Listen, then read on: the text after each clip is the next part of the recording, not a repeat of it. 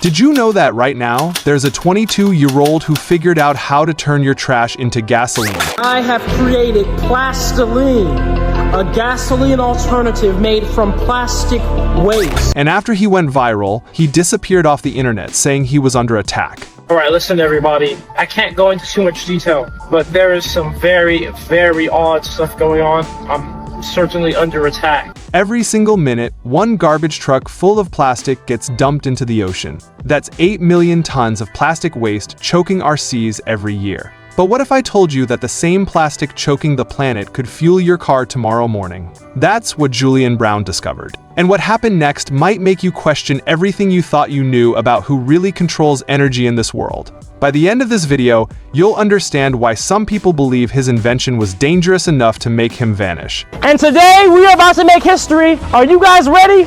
And trust me, you need to hear this story before it's buried forever. Julian Brown wasn't born with money.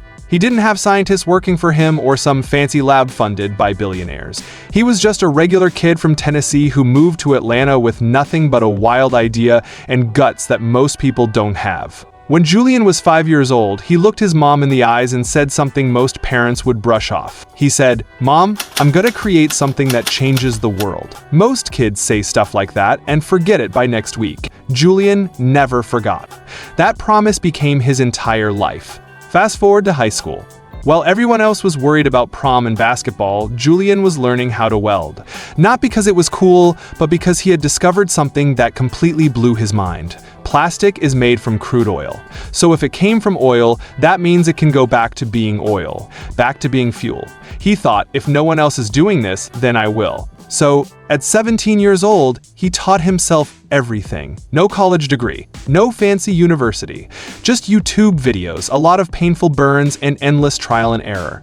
Julian started building his first reactor while he was still in high school.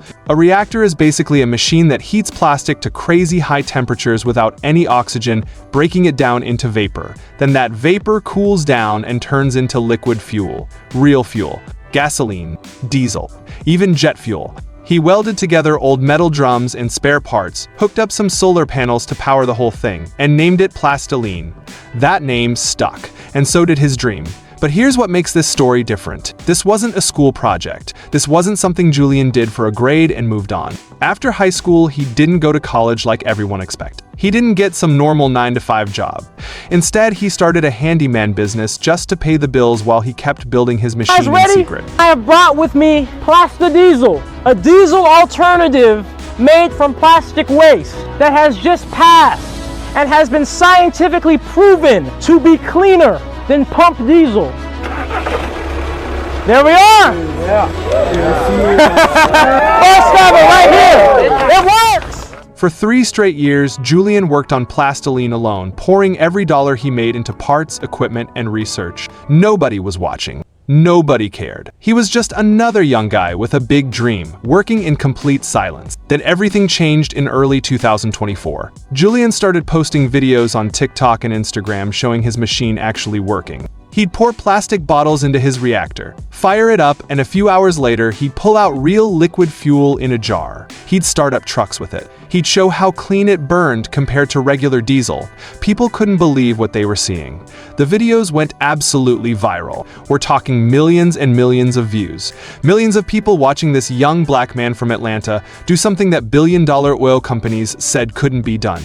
By the middle of 2024, Julian had over 1.7 million followers on Instagram and 1.3 million on TikTok. His videos racked up more than 16 million likes. News outlets started writing about him. Forbes covered his story. The Root featured him. Local Atlanta news stations showed up to film his reactor in action. He wasn't just some random guy on the internet anymore. He was becoming something bigger. A symbol that you don't need a PhD to change the world.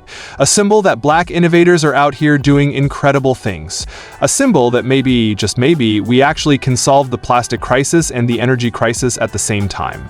But all that attention came with a heavy price. In May 2024, disaster struck hard. Julian was running a test on his reactor when something went horribly wrong.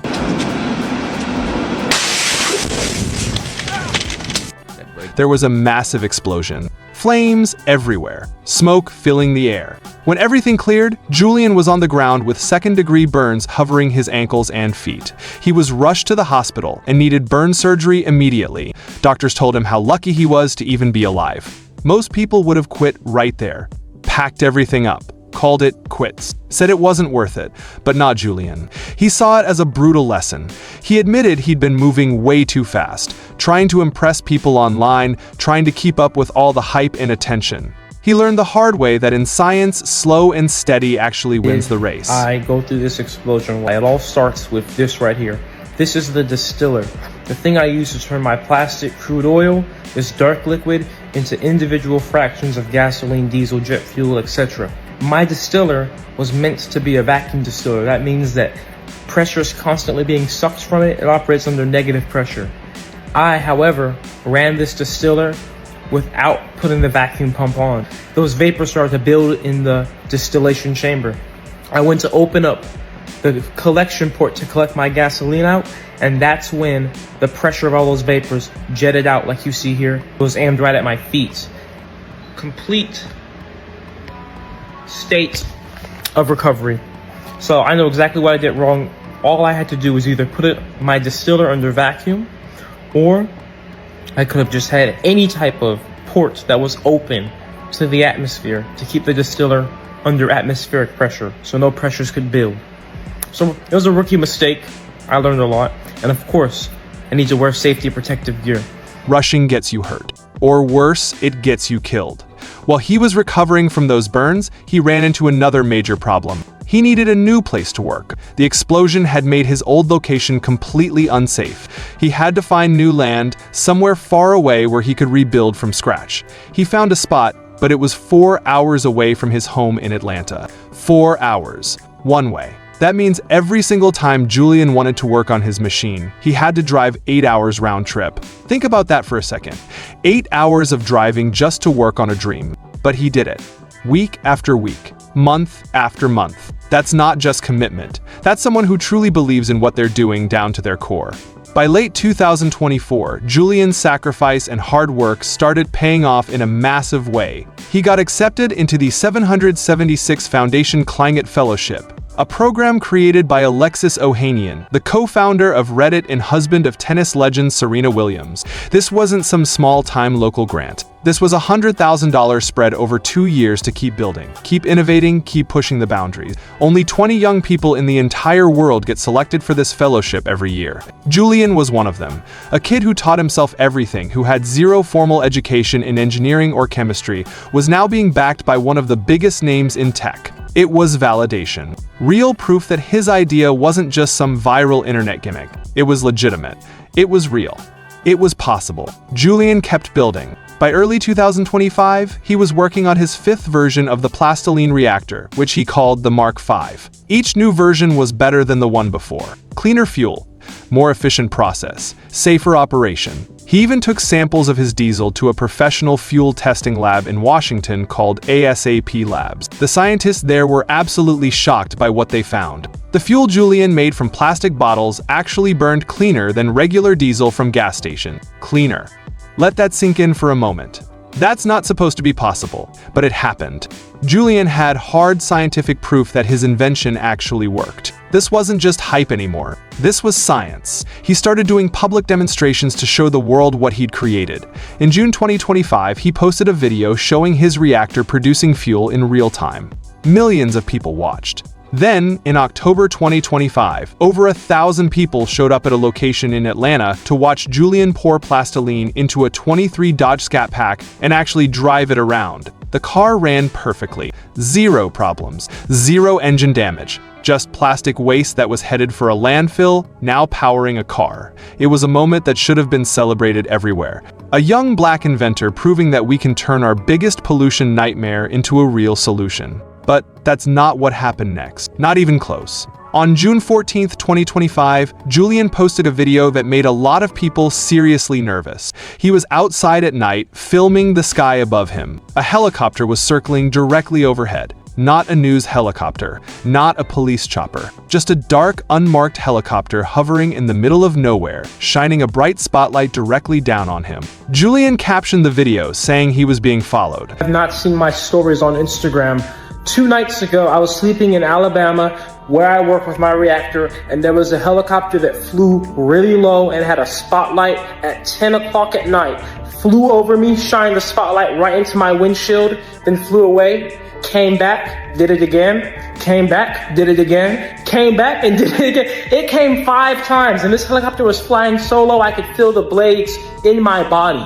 And I was recording it and posting it to my story, right? Letting everybody know what was going on. I was ready to leave. If it had done it a 6th time, I would have been gone. Some people thought he was just being paranoid. Others said he was fishing for attention. But Julian wasn't laughing. He wasn't joking around. He looked genuinely scared. Then on July 9th, 2025, Julian posted what would become his last video for weeks. He was sitting in a car, talking directly to the camera. You could hear it in his voice. Something was wrong. He said, "All right, listen everybody. I can't go into too much detail, but there is some very, very odd stuff going on. I'm certainly under attack right now in many different ways, and I just want everybody to know to just kind of have your eyes open. And I have my eyes open, but there's a lot going on.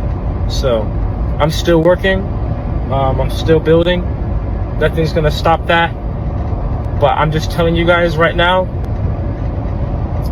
be on the lookout, because I'm under attack." In the caption, he wrote something that sent chills down people's spines. "Something is happening. Keep me in your prayers, please. Screen record this. I don't know." And then, complete silence. Julian Brown went completely dark. No posts, no updates, no comments, no replies, nothing. Just total radio silence. The internet absolutely exploded. People started freaking out. Reddit created an entire community called "Where is Julian Brown?"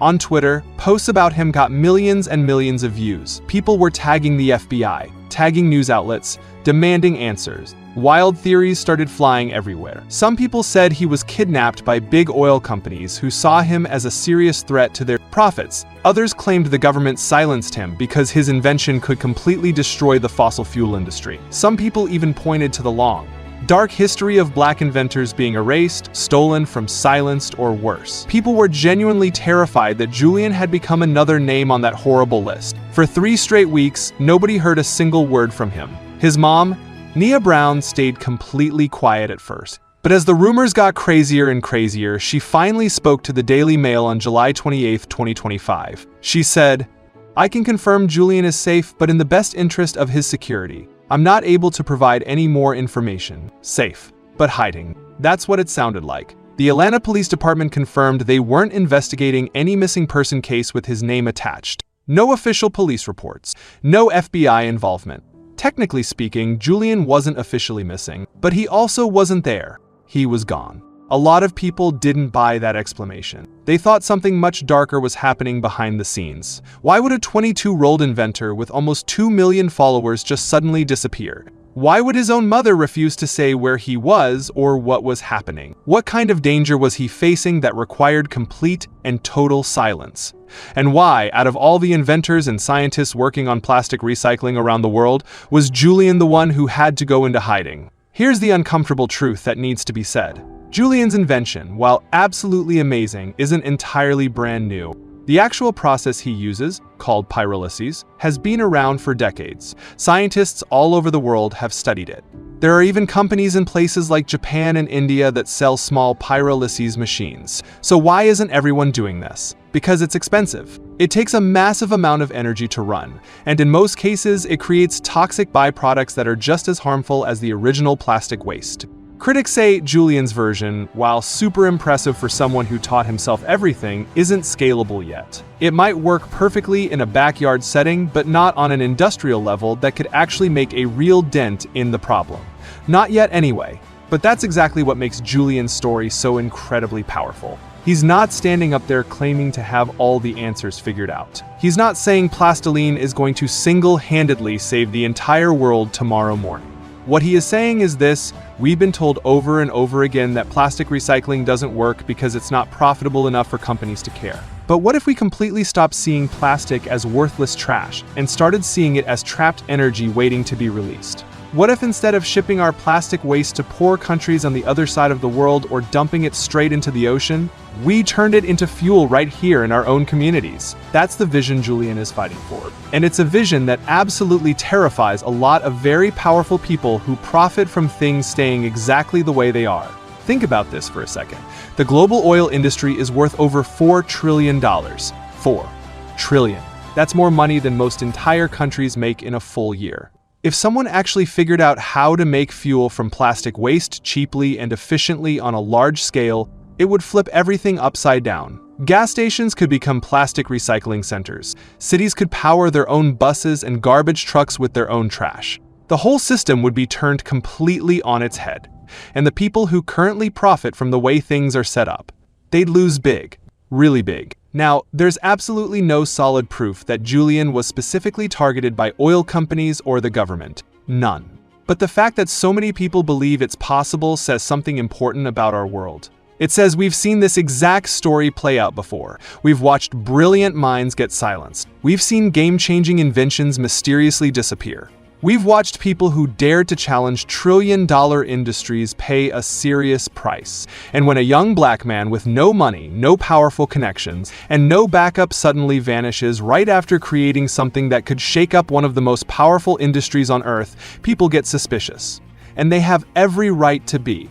By early August 2025, Julian slowly started coming back online. He and his mom posted a video together explaining that he'd been strongly advised by his cybersecurity team and even by Meta itself to stay completely off social media after facing multiple serious hacking attempts and direct threats. He said he was safe, just being extremely cautious. He thanked everyone for their concern and support and promised he wasn't going anywhere. He was still working, still building, still believing in plastiline with everything he had. Today, Julian is back, but he's different now. More careful, more private, more guarded about what he shares. His GoFundMe campaign has raised over $30,000 from supporters, and with that $100,000 grant from the 776 Foundation, he's continuing his work. He's building bigger and better reactors, constantly refining his process, and planning even more public demonstrations to prove what's possible. In October 2025, he successfully powered a car on plastiline in front of over 1,000 witnesses. The dream is still very much alive, but the big question still hangs in the air like smoke. What actually happens next? Can Julian really scale this up to industrial levels? Can plastiline become an actual real-world solution to the plastic crisis that's drowning our planet? Or will it forever stay just a viral moment, a really cool idea that never quite makes it into the mainstream? And maybe most importantly, will Julian stay safe? Will he be allowed to keep building and innovating without interference from forces that want to keep things exactly as they are? Here's what we absolutely know for sure. Julian Brown is brilliant. He's incredibly brave, and he's not giving up no matter what gets thrown at him. Whether plastiline ends up changing the world or not, Julian has already done something truly incredible that can never be taken away. He's inspired millions of people around the planet to think completely differently about plastic, about waste, about energy, about who actually gets to be called an inventor in this world. He's shown that you absolutely do not need anyone's permission to try and change the world. You just need a powerful idea, the courage to actually try it, and the stubborn determination to keep going even when things get scary and dangerous. Right now, we throw away 8 million tons of plastic into our oceans every single year. That's enough plastic to cover every beach on Earth. Marine animals are dying because their stomachs are full of our bottle caps and shopping bags. Microplastics have been found everywhere from the top of Mount Everest to the deepest parts of the ocean. They're in our food. They're in our water. They're literally inside our bodies right now. We are drowning in a crisis of our own creation. And yet, solutions like Julian's get ignored, underfunded, or worse. So the next time you're about to throw away a plastic bottle, stop for just a second. Think about Julian. Think about what that bottle could actually become if we changed our entire mindset. And ask yourself this honest question: what are we actually willing to do to build a better future for the next generation? Because if a 22-year-old kid from Atlanta can figure out how to turn trash into fuel in his own backyard with limited resources, just imagine what we could all accomplish together if we decided to actually care enough to try. If this story moved you even a little bit, hit that subscribe button so you don't miss what happens next in Julian's journey.